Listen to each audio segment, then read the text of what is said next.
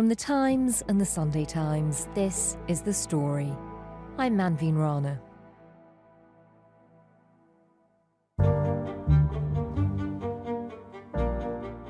In what's becoming an alarmingly regular ritual, Downing Street has welcomed a new inhabitant. I have just come from Buckingham Palace, where I have accepted His Majesty the King's invitation to form a government. Andy Burnham has become the 7th Prime Minister of the United Kingdom in just 10 years. I know people at home are fed up with politics. I hear you. We will make this moment a circuit breaker for Britain, bringing forward the biggest changes in the last 40 years. The new Prime Minister has promised an agenda of change. But will that last when he sees the inbox? Continued escalation in the Middle East because the US and Iran have exchanged further strikes around the Strait of Hormuz. Both Russia and Ukraine have been targeting each other's economic infrastructure for months. The concern is simple. How can welfare spending keep rising when the country's finances are already stretched? Energy prices, inflation, food prices, petrol prices, people struggling. So what can we expect from Andy Burnham's number 10?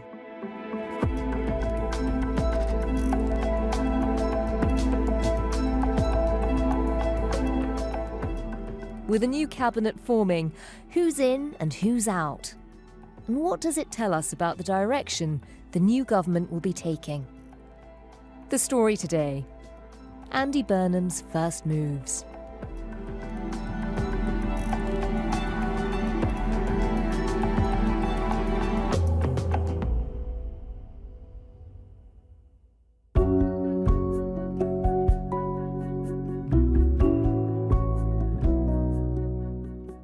On Friday night, Andy Burnham, only a few hours into being leader of the Labour Party, he and about 24 of his closest aides has gathered upstairs at the Roebuck, which is a pub not far, actually, from our offices, Manveen, in Borough in South London, where they had a very jolly night. Some of them had a longer night than others, I think it's fair to say.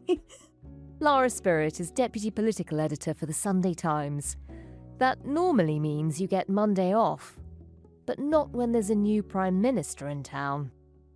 They had a brief moment of respite to enjoy what has been a very swift ascent for Andy Burnham, and I think they were very aware that not only the weekend ahead would be pretty intense for quite a few of them, but also on Monday, when Andy Burnham would, of course, speak outside Downing Street, but would also begin the work of appointing his cabinet.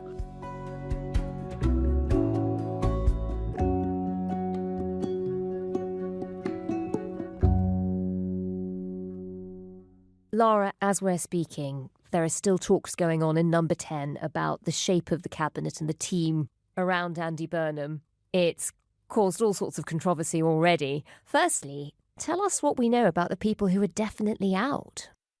The full gamut of the Starmer loyalists are out. People like Steve Reed, the former Housing Secretary, Liz Kendall, the former Technology Secretary, Richard Hermer, the Attorney General, Peter Kyle, the Business Secretary, Jenny Chapman, a Minister of Foreign Office, Minister Baroness Chapman, I should say, Darren Jones, the Chief Secretary to the Prime Minister, David Lammy, the Deputy Prime Minister, and the Justice Secretary, former Justice Secretary and Deputy Prime Minister, also gone. And crucially, and though there's we don't have time to talk about whether she would necessarily be regarded as a core Starmerite, but Rachel Reeves, who'd been the former Chancellor, she had also been sacked. She'd been offered another job, we should say, another big job, and had turned it down and will go to the backbenchers now. But crucially, that's a lot of names there. I think it's fair to say that we weren't expecting all of those to go, but they've gone. And those are sort of some of the big beasts of the Starmer cabinet as well. I mean, for somebody who's come in talking about unity, just how disruptive do you think that's going to be? I think that it will be quite difficult in time. I think at the moment there'll be some bruising. There'll be a big effort to rally around Andy Burnham in the new cabinet and to make this work. But I think there had been a really strong assumption that some of those names would at least be offered some other big jobs. But I think there will be more pressure now, perhaps, if something does go wrong, given that all of these names are now outside the tent. And Lara, there had been so much speculation over who would get the Chancellor's gig. People were already debating whether Ed Miliband would be brilliant or disastrous. There was talk of Shabana Mahmood going in and as somebody who's been praised for her competence. In the end, it was a surprise choice. Yeah, it was. And we're still just getting a full picture of how this happened. I don't think anybody was really expecting John Healey to become the Chancellor. I think it had been considered a two-horse race between Shabana Mahmood, the Home Secretary, who will stay in her position now, and Ed Miliband, formerly the Energy Secretary, now newly appointed as the Foreign Secretary. But in the end, they've gone for John Healey, who, of course, resigned as Defence Secretary over the lack of funding, sufficient funding to his mind around the defence investment plan. So has spent, a few short weeks on the backbenches, and who now returns to the second most important job in government.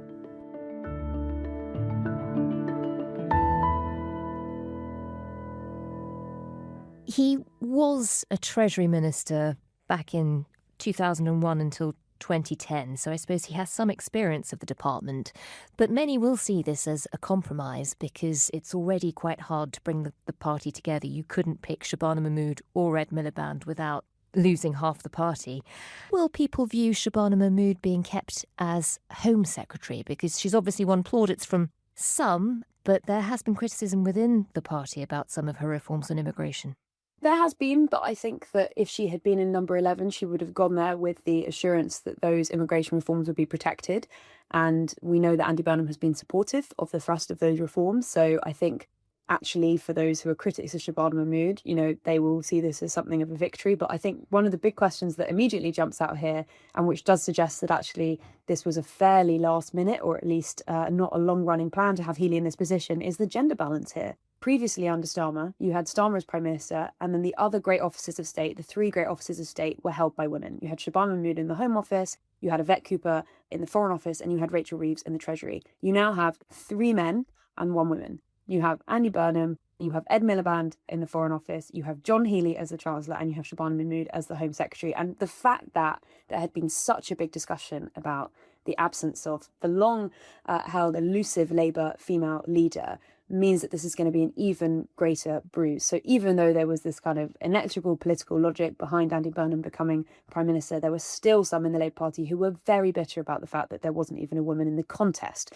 given that, the Conservative Party have had multiple women leaders at this point and Labour is yet to elect their first one. And the fact that these great offices of state are now really supremely imbalanced when it comes to gender, I think is going to make some people in the Parliamentary Labour Party very, very unhappy. We're starting to get a sense of the sort of government Andy Burnham wants to be running. But having set all of that out very vaguely in the odd speech, having taken power, he kind of disappears for a lot of the summer.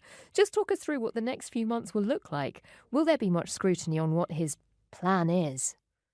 Yeah, so I think what we heard from Andy Burnham was a promise that we would hear some immediate measures on the cost of living. So I think there's a real sense from those around him that they do want to hit the ground running. And so we will see some very early measures, I think, from this Burnham government. But then, of course, there is a wider plan, a kind of 10-year plan. Of course, we're never short of 10-year plans, but there will be a wider 10-year plan that we'll be expecting further on down the line.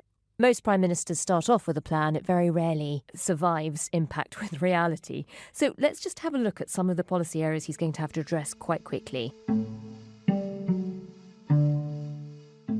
Firstly, if you're trying to define Burnhamism, I suppose the one policy we know he's very keen on is devolution and the public control of utilities. What are you expecting to hear? On devolution, we've already heard quite a lot because we did have a big speech from Andy Burnham in Manchester. It was one of his big early speeches where, he spoke about devolution, the sense of driving good growth in every postcode. The whole country suffers when the regions and nations are not meeting their potential. Imagine good growth in every postcode and hope in every heart. Well, imagine no more. Let's make it happen. devolution, given his time in Manchester, is such a big part of his political identity and something that I think he feels very, very confident about. We've heard about Number 10 North, for example, which is going to be a big part of that vision to distribute and devolve power across the country. The job of Number 10 North will be to make power flow into the Midlands, into the southwest, into the east of England, and yes, into London, as I said before, as much as into the northeast, Yorkshire and the Humber, and here in the northwest.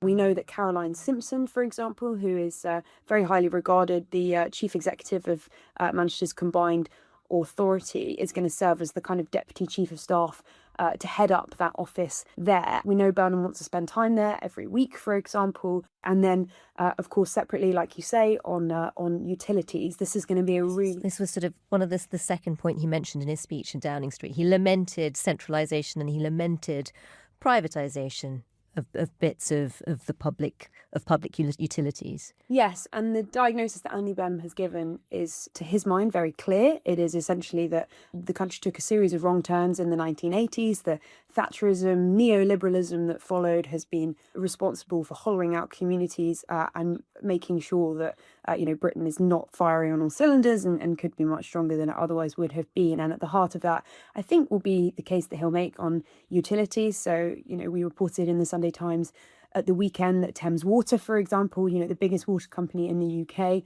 would be put under a form of special administration by Burnham in one of his earlier acts in power. But I think that you'll see they're exploring kind of different models for different areas. So I think one of the key things here is not just to say there'll be lots of nationalisation, but actually you hear the language of public control, which is essentially saying, can we look at different models for doing these kinds of things? There's also been hints, particularly over the weekend, about North Sea oil. What do we know about his plans for that? We know that he doesn't want to rip up the Labour manifesto. And of course, in the Labour manifesto, it says that there will not be new licences in the North Sea for drilling. Now, that doesn't rule out new drilling or expanded drilling, but it does rule out new licences altogether. So while we know that there won't be new licences, we've had that confirmed, they're not going to go against the manifesto on that point. I think there will be an intervention that centres around being more flexible in this area, essentially. And actually, when Burnham's been asked about this on the Makerfield campaign trail by the New Statesman, for example, did sound pretty open-minded about this wider question. It's interesting that the President of the United States of America has already joined the arguments of saying the people of Aberdeen are dancing in the streets because they're so delighted that Andy Burnham will be opening up North Sea oil. So we know what Donald Trump thinks about it already. One of the big issues that he's been talking about, again today in his speech and outside Downing Street, is about the cost of living and understanding that people are feeling the pinch. What can he possibly do on that to make people feel like he's making a difference quite soon?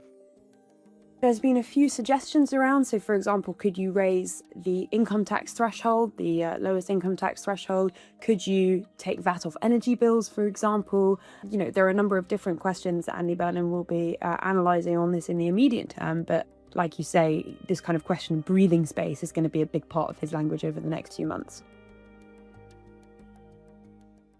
One of the first issues he says he's going to address, he said he was walking into Number 10 and the first thing he'd bring up was an end to rough sleeping. What do we know about his agenda on that? Yeah, so we know that this is an issue that Andy Burnham cares a lot about. We saw when he was mayor of Greater Manchester, he had that A Bed Every Night initiative for rough sleepers, where there were, resources made available for those who were rough sleeping. It's a fairly contested record, the record of rough sleeping that he oversaw in Manchester, but it's certainly something that few would doubt he cares very deeply about, and that is something that he wants to come in and make a big play for, so it'll be interesting to see how he plans on doing that. So, Lara, those are the policy areas that he's been very clear he wants to address. The others that he's going to have to address pretty soon, whether he likes it or not, are particularly around the economy. He has an interesting choice of Chancellor. While John Healey was in defence, one of the things you would hear very often was that you would have to do something about welfare so that you could pay for defence. What are we expecting this government to do on welfare now that John Healey's the man who will certainly have a say in that decision? I mean, it will be very interesting to see the broader welfare question. I think it's fair to say for quite some time we've sort of understood that welfare would be an issue that Labour would be very interested in under Andy Burnham. And actually, there's been a bit of a common misconception that those around Burnham, particularly some of those on the soft left, are completely against any welfare reform on the basis that they were part of the welfare rebellion last year that obviously very severely politically damaged Keir Starmer. They would say, and I think have privately said, that actually they were against crude cuts to the welfare budget. That's how they viewed it, those changes, particularly around the PIP cuts to personal independent payments. And actually they are interested in wider reform and recognise that it's something that Andy Burnham will probably have to do. And I think they are feeling, pretty lucky and happy that there are 2 reviews that are already underway. So the TIMS review that's looking into benefits, particularly those personal independent payments that we mentioned.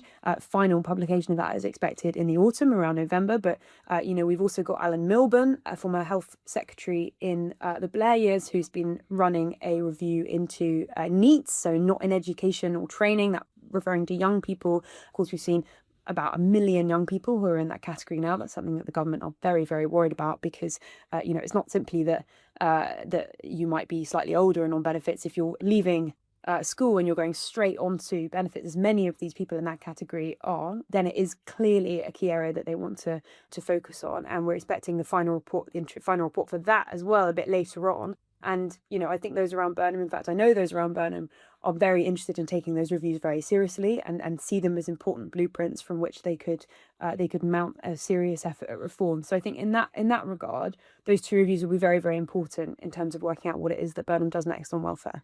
And in terms of NEETs, will part of that also address the sickness bill, particularly in terms of mental health? Yeah, I think it's 58 billion is the sickness and disability bill, but that's projected to rise to close to 80 billion by 2030. So that will certainly be something that they focus on and is certainly at the core of particularly Milburn's review, but also something Tim's is interested in too. And where are they on council houses? That was something we heard a lot about at the start of the Starmer premiership, but it wasn't something that we really saw happening. Andy Burnham wants to build lots of council houses. That is absolutely... The ambition is there. The ambition is there.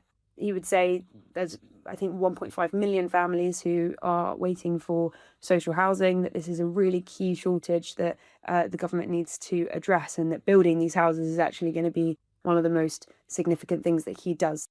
And Lara, having appointed John Healey as Chancellor, it's almost a way of making sure the government has its feet held to the fire on defence spending and the promise that they've made, because obviously that's what John Healey resigned over. So they're going to have to find a lot of the budget that will pay for defence. There have been hints they might increase the aid budget again, which is something Labour cut back on. Even with welfare reforms, that's bound to have an impact on taxes. What do we think they might announce? Well, we know that Andy Burnham has said that there might be room for movement on tax. We've seen various possibilities, like, we know from previous pronouncements that he thinks, for example, that people's wealth isn't necessarily taxed as fairly as it should be relative to people's income, that council tax should be reformed. But of course, we haven't seen a kind of rework of those rates since the 1990s. So there is a real sense that is now not an equal tax, but we don't have a full sense of exactly what Andy Burnham wants to do on tax yet. We know that he's open to looking, as I said, to raising that threshold perhaps, but really at the moment we're going to have to wait and see. And a big question, of course, will be what happens in the budget, and that will be one of the most, probably the most important indications over the next 6 months on how well or how badly this government is going to do.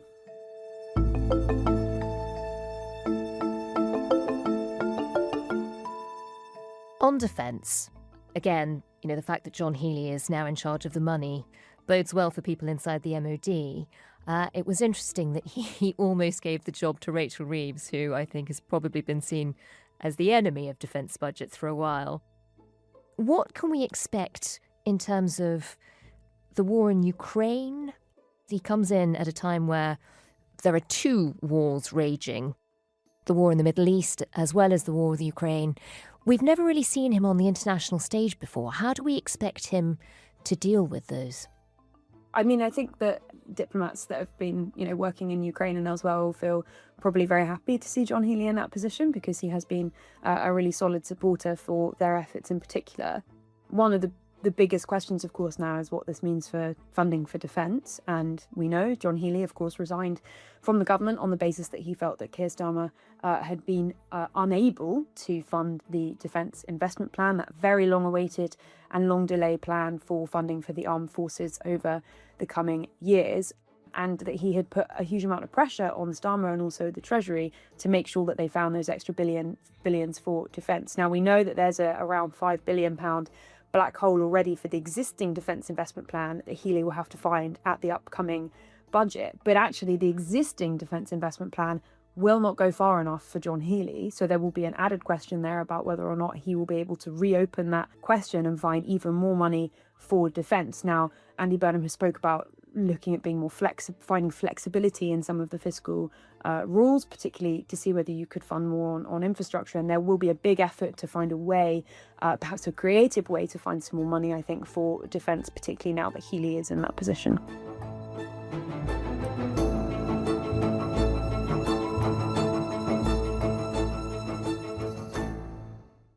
For Keir Starmer, we hear now that many of his greatest achievements were on the international stage.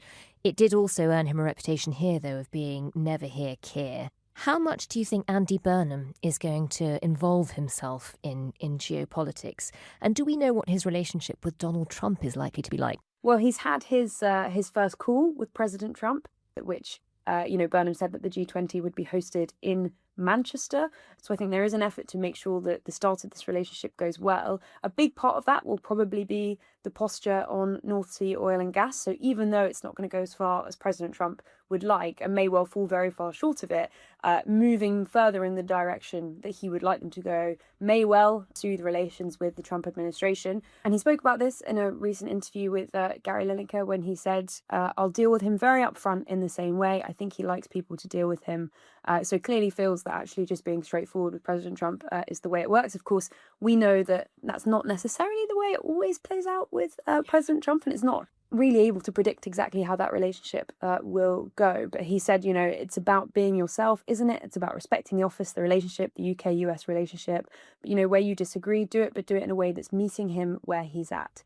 Yeah, and there is clearly a bit of soothing needed, because Donald Trump has said of Andy Burnham in the past that he's the mayor of a town and extremely liberal. I don't know anything. I see that he was, I guess, the mayor of a town. I hear he's extremely liberal. Which in Trump speak, I think, is meant as an insult. Yes, I think that was the very initial impression that he got. And I mean, clearly, people in the US didn't necessarily know that much about Andy Burnham before this happened, so it's not necessarily altogether surprising. So let's see. I mean, in this interview, Andy Burnham said he described Manchester as some town when he was referring to my position, and I might have to, what Manx are like, Gary, that won't have gone down fantastically well in the city I used to represent.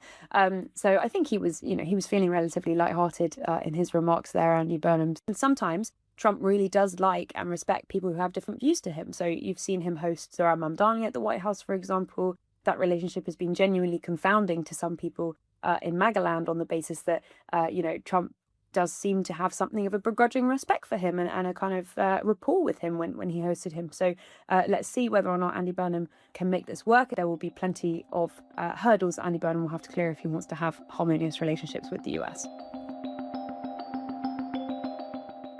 Where is Andy Burnham on the question of Europe? Well, Andy Burnham has previously said, he said this at Labour conference last year, that he would like to see Britain rejoin the European Union in his lifetime. Now, he has very much clarified that very strongly, is to say this is really not something that's on the table before the next election. And I think it's likely that you'll see a move similar to that we've seen under Starmer, because remember that Starmer has pushed for closer relationships with the EU, but stopping short of those red lines that we saw in the manifesto. And I think for people listening, one of the key things to think about when we're trying to predict what Andy Burnham might do is to think about that Labour manifesto, because he knows, and people around him know, that if they move away from certain tenets in that manifesto, they will immediately face questions about whether or not they have a mandate to do that, given that voters at the general election voted for Labour under this manifesto. If they, for example, said, we're going to scrap the red lines, we want to be part of the EU single market and customs union, that would clearly go against the Labour manifesto and would really be difficult, I think, for Andy Burnham to do. So at the moment, they've recommitted to those red lines, and so closer relations within those bounds, I think, is what we can broadly expect. Lara, we're starting to get an idea of what the new government will look like and some of its key priorities. Andy Burnham keeps talking about a 10-year plan, and yet he is the 7th Prime Minister in a decade. Is it almost impossible to govern at this stage? Is it worth having a 10-year plan when people tend to last so much less? There's something definitely very confident about having a 10-year plan, I think it's fair to say, and perhaps some would say hubristic. But I mean, this just seems to be a reflex that politicians have to set out something that will take a decade to achieve. In their mind, it signals ambition and the ability to think strategically over a long period of time. And certainly when you hear Andy Burnham talk about hope in every heart, there's a real attempt to say actually that they want to do politics differently, that they're genuinely going to deliver change. But certainly I think you're right to point out that it kind of jars with the politics that we've seen in recent years where prime ministers have not been in short supply at all. And Andy Burnham will be hoping that he can buck the trend. But certainly there's a lot of ambition at the moment around Andy Burnham to make sure that this transition to power is cemented in a future general election and that he can remain there for many years.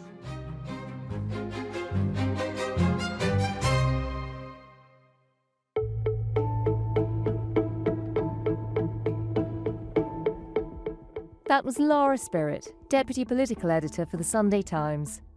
The producers today were Olivia Case and Elle Scott. The executive producer was Harry Stott. Sound design was by Dave Creasy, and theme composition was by Marla Seto. If you can, do leave us a review wherever you get your podcasts. Thanks for listening. We'll be back tomorrow.